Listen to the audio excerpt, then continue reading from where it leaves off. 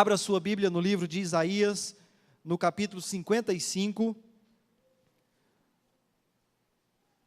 Livro do profeta Isaías, no capítulo 55.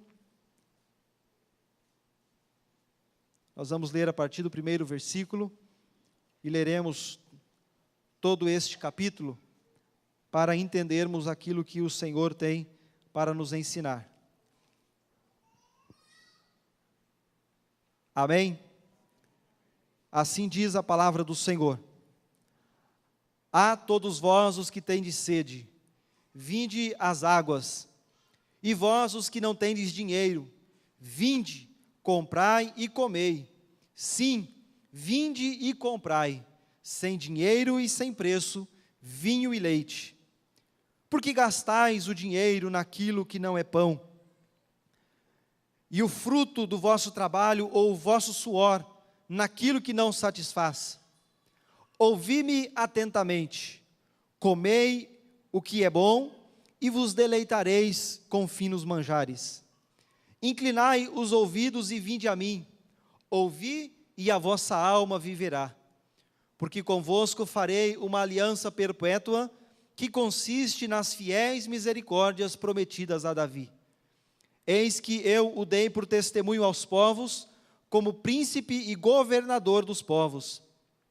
Eis que chamarás a uma nação que não conheces, e uma nação que nunca te conheceu correrá para junto de ti, por amor do Senhor, o teu Deus, e do Santo de Israel, porque este te glorificou. Buscai o Senhor enquanto se pode achar, invocai-o enquanto está perto. Deixe o perverso o seu caminho, o iníquo os seus pensamentos. Converta-se ao Senhor, que se compadecerá dele, e volte-se para o nosso Deus, porque é rico em perdoar. Porque os meus pensamentos não são os vossos pensamentos, nem os vossos caminhos os meus caminhos, diz o Senhor. Porque assim como os céus são mais altos do que a terra, assim são os meus caminhos mais altos do que os vossos caminhos, e os meus pensamentos mais altos do que os vossos pensamentos.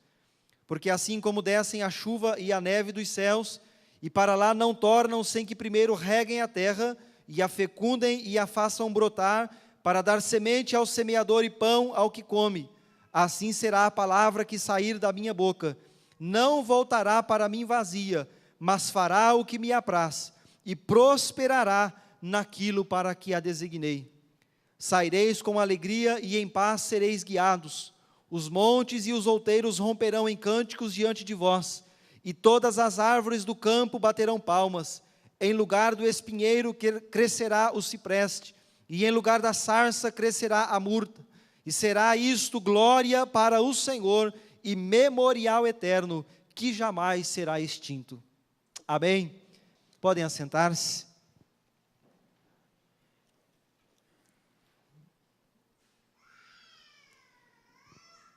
Por que esta palavra é importante? Porque é importante ouvir a palavra de Deus, seja qual for o tema da mensagem. Por que é que o homem precisa de Deus? Afinal de contas, nós nos viramos bem. Afinal de contas, nós temos capacidade para gerir as dificuldades que surgem na nossa vida. Prova esta, que temos capacidade para gerir os problemas, é que o homem tem usado o seu intelecto para construir mecanismos, ferramentas que facilitam em muito a vida humana. Certamente que a nossa geração não conhecem, nas mesmas medidas e moldes, as dificuldades que as gerações passadas viveram. Porque hoje nós temos muitas facilidades, resultante da tecnologia que aí está. Certamente nós, da nossa geração, pouco andamos de a pé, sendo que houve um tempo em que as pessoas faziam longas viagens de a pé. Estava conversando esses dias com um homem na cidade de Autônia, e quando disse a ele que morava em Xambrê, ele disse que lembra da época em que o seu pai saía da cidade de Autônia e ia fazer compras na cidade de Xambrê, de a pé. Demorava um dia, praticamente, para chegar na cidade de Xambrê. Fazia ali a sua compra, e naturalmente que o caminhão não ia entregar em casa. Então ele pegava a compra, colocava sobre os ombros e voltava para a cidade de Autônia, cerca de 50 quilômetros a 60 de distância. Nós não conhecemos isto, porque hoje, em poucos minutos, você faz esse trajeto. Então a tecnologia facilita a nossa vida. E nós poderíamos aqui enumerar muitas coisas que hoje facilitam a vida das pessoas. Esses dias eu estava assistindo uma reportagem sobre uma feira, ou uma reunião de arquitetos, e eu me surpreendi com algumas tecnologias que estavam sendo apresentadas, como por exemplo, e talvez isso já nem é tão moderno assim, a luz responde ao comando de voz. Você não precisa mais ir ao interruptor para que a luz acenda dentro da sua casa. Simplesmente você diz sala e a luz da sala se acende. A cortina fecha e abre com o comando de voz. A iluminação da casa se adequa ao momento em que você está. Se você quer jantar em meia luz, simplesmente você reduz a intensidade da luz e já não há mais a necessidade de luz de velas. E muitas outras coisas têm facilitado a nossa vida. Isto poderia então satisfazer em todas as áreas as necessidades e as dificuldades da humanidade. De maneira que nós poderíamos dizer que nós estamos vivendo a época do contentamento. De maneira que nós poderíamos dizer e assegurar de que nós estamos vivendo um tempo de paz. Porque se você está enfermo, existem à disposição de quem pode pagar tecnologias que vasculham o seu corpo, o seu organismo, e quase todas as respostas aparecem nesses aparelhos. Então nós poderíamos dizer que nós estamos vivendo um tempo tranquilo, mas a verdade não é esta. Nós vivemos um tempo onde as pessoas vivem angustiadas, onde as pessoas vivem desesperançadas, onde as pessoas vivem apavoradas. Nós vivemos o tempo em que já não existe mais a família. Existe o nome, mas não existe mais a família. E por que é que estas coisas acontecem? Porque hoje, para você dar conta de tanta tecnologia, você precisa concorrer com máquinas. Você precisa concorrer não apenas com pessoas, mas você precisa dominar as máquinas para que você consiga entrar no mercado de trabalho. Porque simplesmente as indústrias estão se modernizando, de maneira que não é para qualquer pessoa as ofertas de trabalho que surgem. Você precisa estar muito bem qualificado. Para que você se qualifique, você precisa estudar, e você precisa estudar muito. Afinal de contas, por volta de 30 anos de idade já é o tempo suficiente para você estar muito bem formado. Aí você vai começar a ter uma vida tranquila, um pouco mais tranquila. E nesta ânsia por conseguir se apresentar bem no mercado de trabalho, as pessoas estudam, estudam, estudam e estudam muito.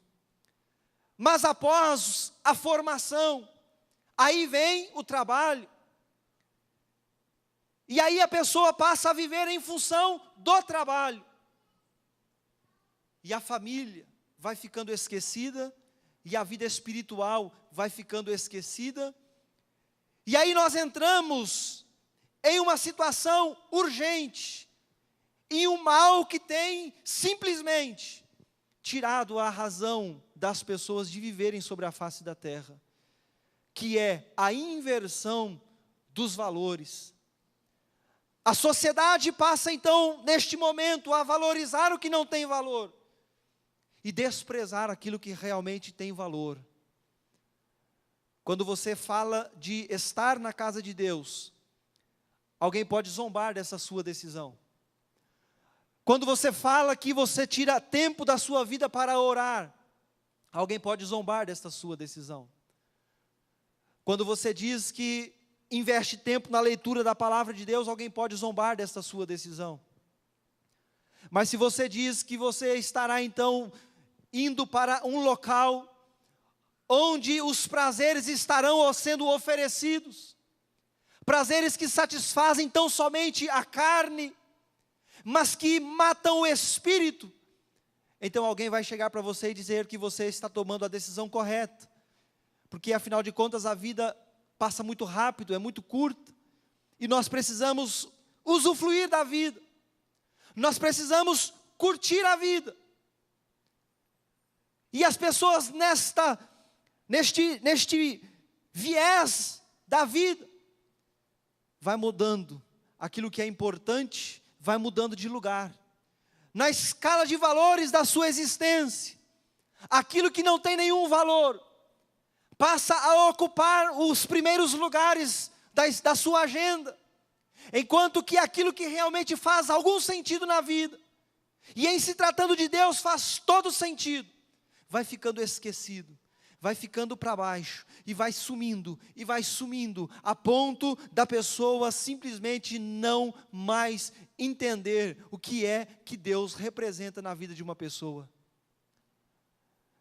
Mas a ausência de Deus na vida de alguém, seja ele estudioso ou não, seja ele alguém preparado para o mercado de trabalho ou não, a ausência de Deus provoca os mesmos prejuízos que sempre provocaram e sempre provocarão: angústia, miséria de espírito, as pessoas que não mais conseguem razões para poder viver. E aí nós nos deparamos com dados alarmantes, tristes, que é a questão do suicídio. A quarta maior causa-morte no mundo é o suicídio. Entre os jovens, faixa etária de 15 a 24 anos, o suicídio já é a terceira causa-morte, atrás apenas de acidentes e homicídios. Os conflitos mais comuns que se desencadeiam, ou que desencadeiam os suicídios entre os jovens, são encontrados na educação, na criação, conduta familiar dos indivíduos, pessimismo ou falta de esperança. Tudo começa na família, tudo começa na base elementar e indispensável da estrutura do homem, que é a família.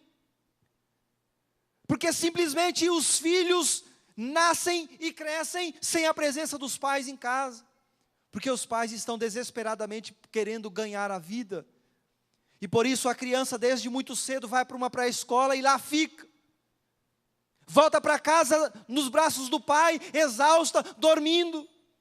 O pai não aguenta mais brincar com a criança, e dorme também, e no outro dia pega a criança, leva para a pré-escola, pega de tarde, sempre a mesma coisa.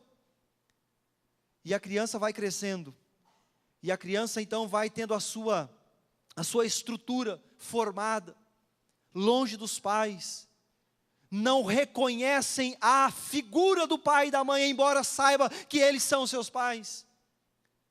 Filhos desesperados pela presença do pai, filhos que o que eles mais querem é um abraço do pai e da mãe. mas eles simplesmente não conseguem porque os pais estão sempre ausentes, trabalhando e trabalhando muito. O que acontece? A partir dos 13 anos ou até mais cedo, tais filhos começam a ser ensinados pelo mundo de que o álcool é uma opção. Para alimentar esta ausência dos pais, as drogas são uma opção. Você pode lançar mão delas, que aquilo que falta será completado por elas. Jovens com 14, 15, 16, 17 anos de idade, tirando a própria vida, por quê? Sendo que eles teriam ainda no mínimo 60 anos para viver. É que eles chegaram à conclusão, uma conclusão diabólica, de que a vida não vale a pena ser vivida, de que a vida não vale a pena. Somente no Japão, segundo noticiou o site G1, em 2008, foram 32.249 jovens que se suicidaram. Razões: depressão, dores físicas e dívidas. No mundo, suicidam-se diariamente 2.000 pessoas. Só nos Estados Unidos são cerca de quase 100 por dia de pessoas que tiram a própria vida. No Brasil, entre os anos de 1989 a 1998, os suicídios aumentaram 56,9%. Outro dado que mexe conosco: estima-se que entre 10 a 20 milhões de pessoas tentam suicídio todos os anos. 10 a 20 milhões de pessoas tentam o suicídio todos os anos. O que isto revela? Revela que as pessoas estão desesperadas por algo que satisfaça a sua alma, o seu espírito, o seu coração. Mas elas não encontram valores reais, porque a família não existe como família. A família simplesmente existe como um lugar onde dois profissionais se encontram em algum momento do dia, ou não. Porque eu já conheci um casal, pastoreei estes irmãos, que eles só se encontravam no domingo. Porque quando o irmão chegava em casa, a irmã já tinha saído para o trabalho, quando ela chegava, o irmão já tinha saído. E eles só se viam no domingo. O filho vivia na creche, na escola, na creche, na escola, na creche, na escola. E graças a Deus que eles possuíam o temor de Deus no coração. Porque quando isto acontece na família, onde Deus não é presente, a tendência é que muito cedo, esta família vá ser destruída, eliminada, desintegrada. Por que é que as pessoas estão valorizando o que não tem valor? Porque elas não conseguem compreender que elas vieram neste mundo trazidas por Deus, para viverem para Deus, para voltarem para Deus. E elas então se iludem com as coisas deste mundo, na tentativa de saciar a alma que está clamando dentro delas. E é por isso que nós, como igreja do Senhor Jesus, temos uma tarefa urgente: proclamar a superioridade da graça de Deus, superior a tudo que este mundo pode oferecer. A graça de Deus superior a todos os prazeres que este mundo pode proporcionar a alguém. Nós precisamos anunciar isso. E este foi o tom do ministério do profeta Isaías, conhecido como o profeta evangélico, dado o seu teor teológico, contido nas suas palavras, contido nos seus escritos, profeta messiânico que viveu por cerca de 700 anos antes de Cristo. O profeta Isaías estava inserido em um contexto de divisão no coração das pessoas. Algumas pessoas queriam servir o Deus vivo de Israel, único. Outro grupo queria ir após outros deuses. E a voz do profeta surge neste meio para dizer que havia tão somente um único Deus sobre a face da terra, capaz de abençoá-los, capaz de dirigi-los, capaz de dar a eles a orientação correta para a vida. A voz do profeta Isaías surge anunciando a esperança da humanidade na pessoa de Cristo. Por isso ele é o profeta messiânico. Ele dizia: vai vir ao mundo alguém que vai trazer sentido para a vida humana. Era a voz de um profeta que clamava no meio de uma geração que não estava muito interessada em ouvir o que Deus tinha a dizer. Por isso o profeta Isaías foi odiado pelo rei Acás, mas viveu amado pelo rei Ezequias. Mas o filho do rei Ezequias, o rei Manassés, por sua vez, tinha ódio pelo profeta, de maneira que a tradição diz que o profeta Isaías morreu cortado pelo meio.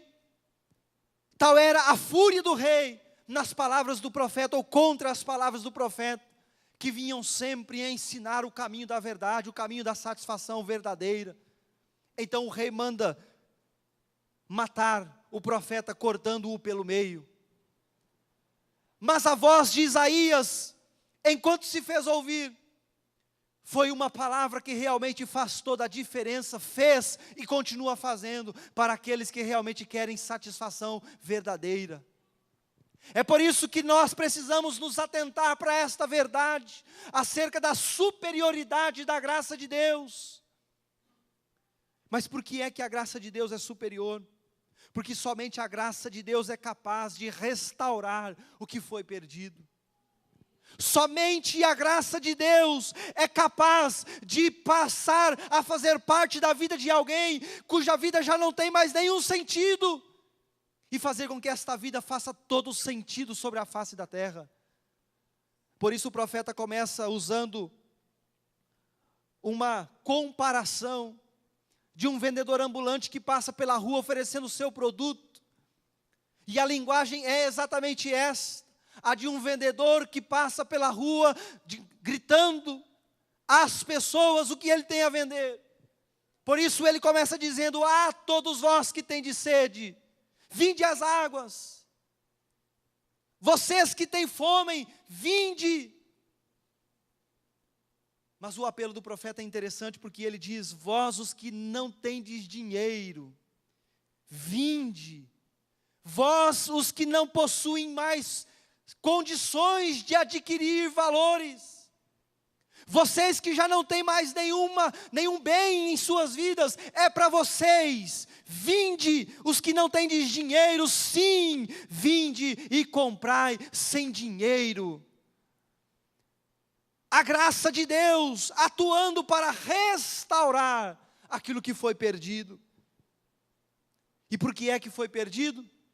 Resposta no versículo 2.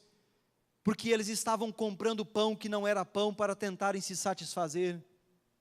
Alguns comentaristas dizem que era alguma coisa que se parecia com pão, mas que na verdade não trazia satisfação. E o profeta diz: vocês estão gastando tudo que vocês possuem para adquirir coisas que não podem satisfazer a alma de vocês. Mas eu estou aqui anunciando para vocês que estão falidos, que o que eu tenho para lhes oferecer é gratuito. Vocês que estão falidos, vinde. Vocês que não têm dinheiro, vinde, comprai sem dinheiro vinho e leite, comprai sem dinheiro. Irmãos, a falência é algo terrível. Quem já experimentou a falência na vida sabe o quanto é terrível falir.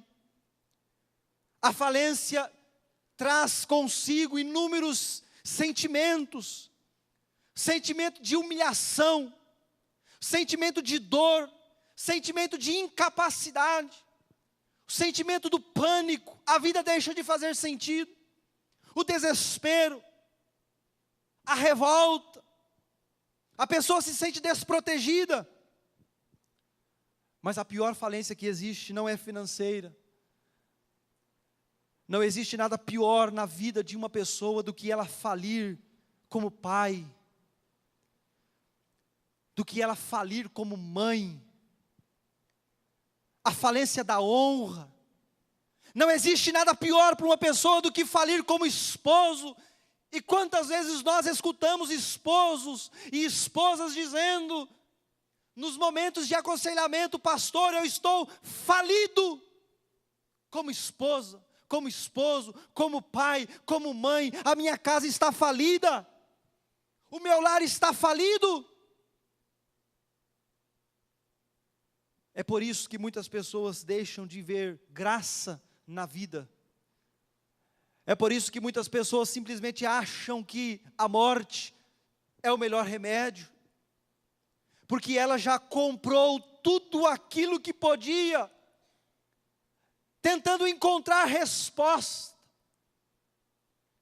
Ela já foi atrás de todas as recomendações que lhes deram, e hoje em dia o que não falta é recomendação